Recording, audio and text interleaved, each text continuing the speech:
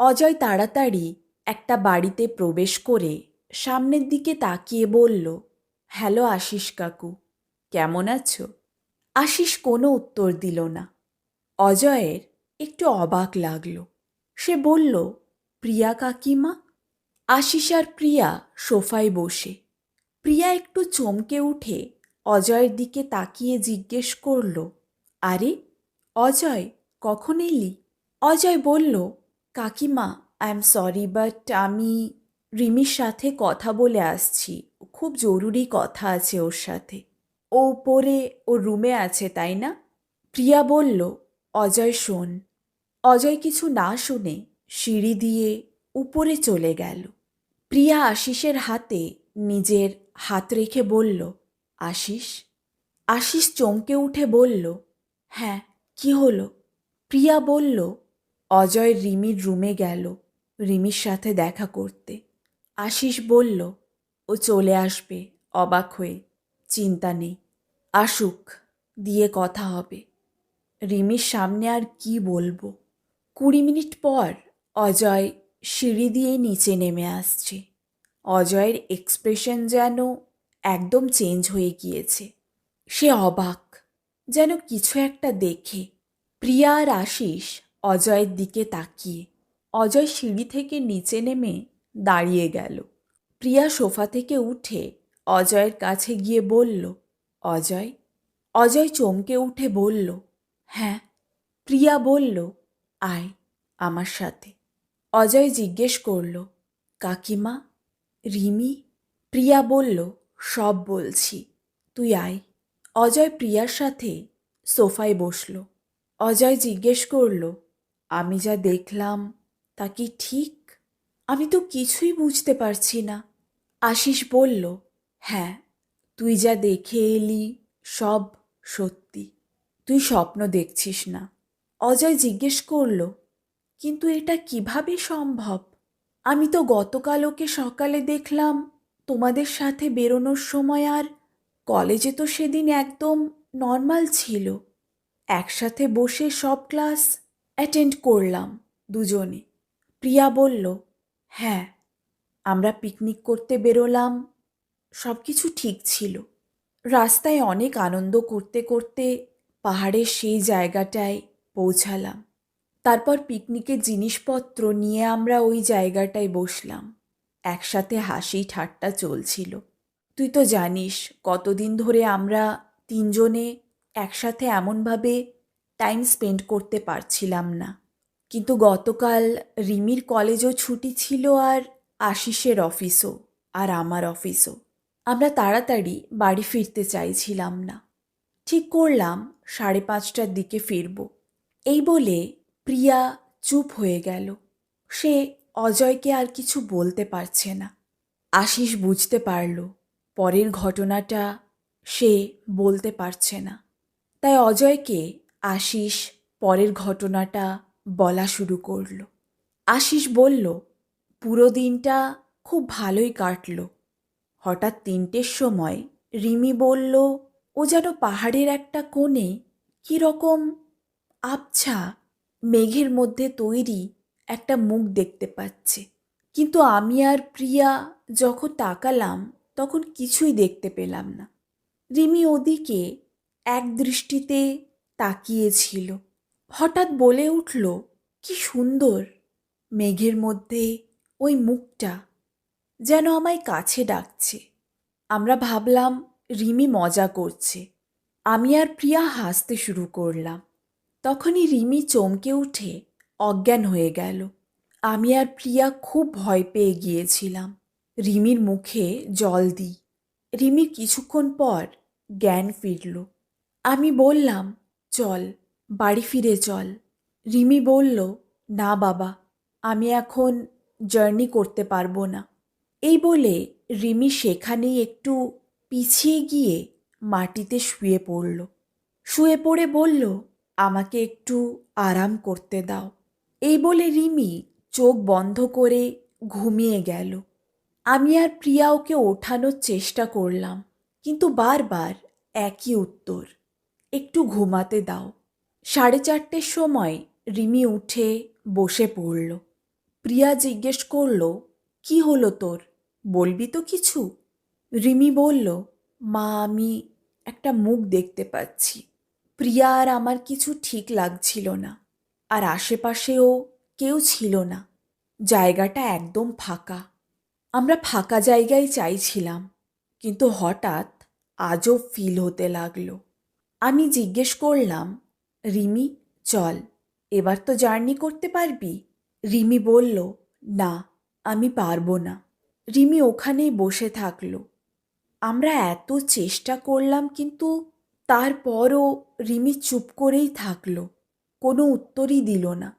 কিছুক্ষণ পর রিমি বলল, শুনতে পাচ্ছ? প্রিয়া জিজ্ঞেস করল, কি? রিমি বলল, মিউজিকটা, মনে হচ্ছে কেউ যেন বাঁশি বাজাচ্ছে। প্রিয়া আর আমি তখন কোনো মিউজিক শুনতে পাচ্ছিলাম না। রিমি বলল, ওই যে ওদিক থেকে হালকা আওয়াজ আসছে। রিমি সেই জায়গাটার দিকে ইশারা করছিল, যে জায়গাটায় ও কিছুক্ষণ আগে কার যেন মুখ দেখতে পাচ্ছিল। রিমি ধীরে ধীরে উঠে দাঁড়ালো। আমি আর প্রিয়াও তার সাথে উঠে দাঁড়ালাম। রিমি বলল, আমাকে ডাকছে।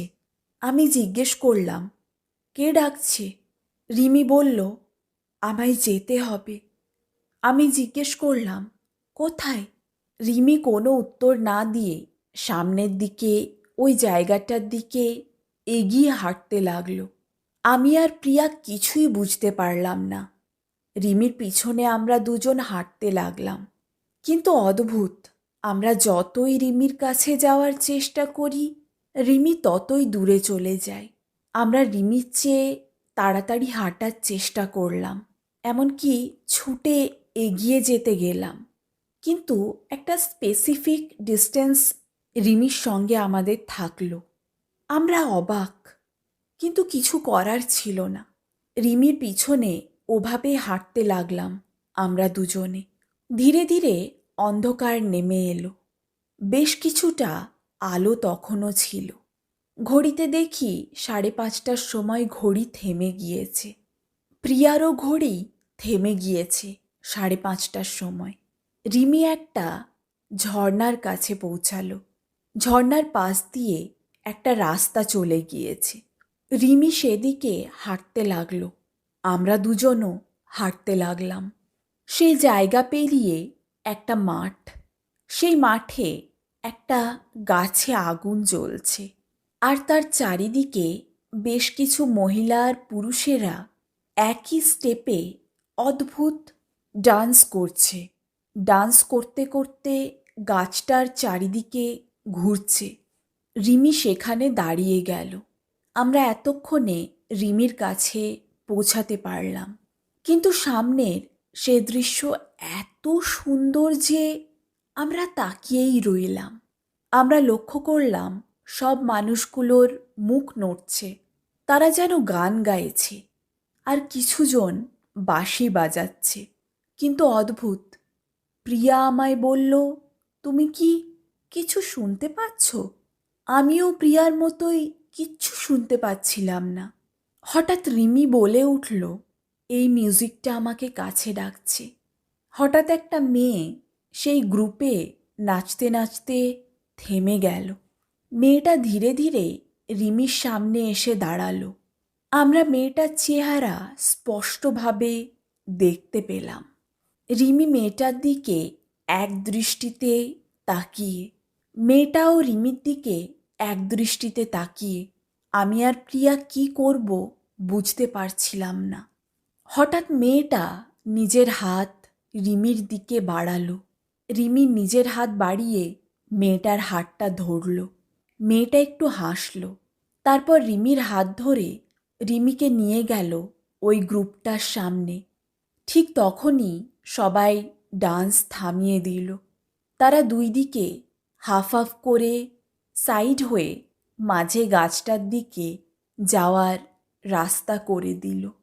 মেয়েটা রিমিকে সেই রাস্তা দিয়ে গাছটার একটু কাছে নিয়ে গিয়ে বসালো।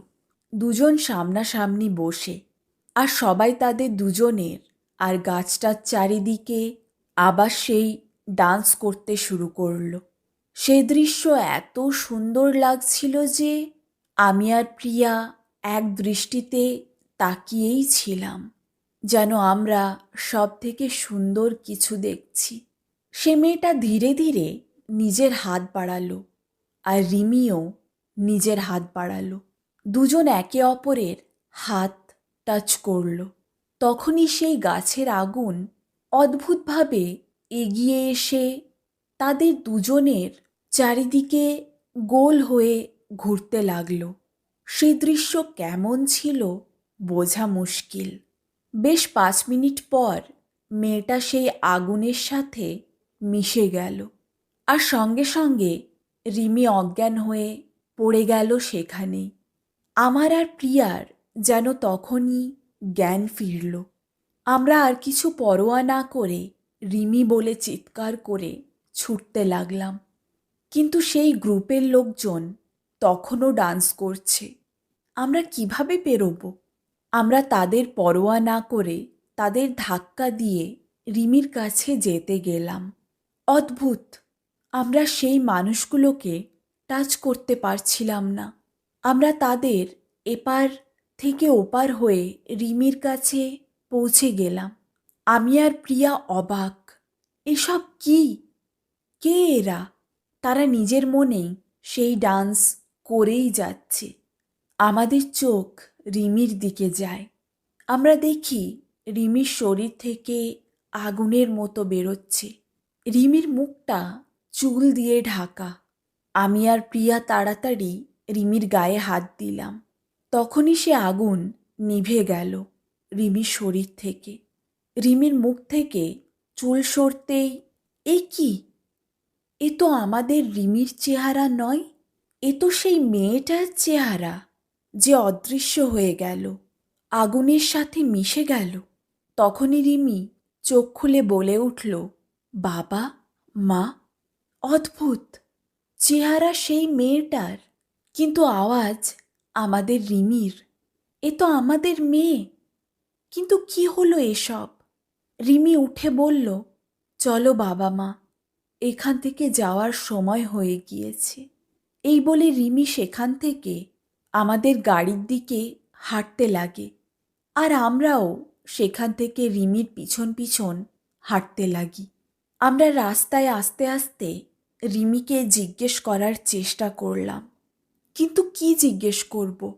সবই তো আমাদের সামনে হলো, কিন্তু যা হলো তা বোঝার ক্ষমতা আমাদের ছিল না। তখন থেকে রিমির সব কিছু রিমির মতোই, শুধু চেহারাটাই আলাদা।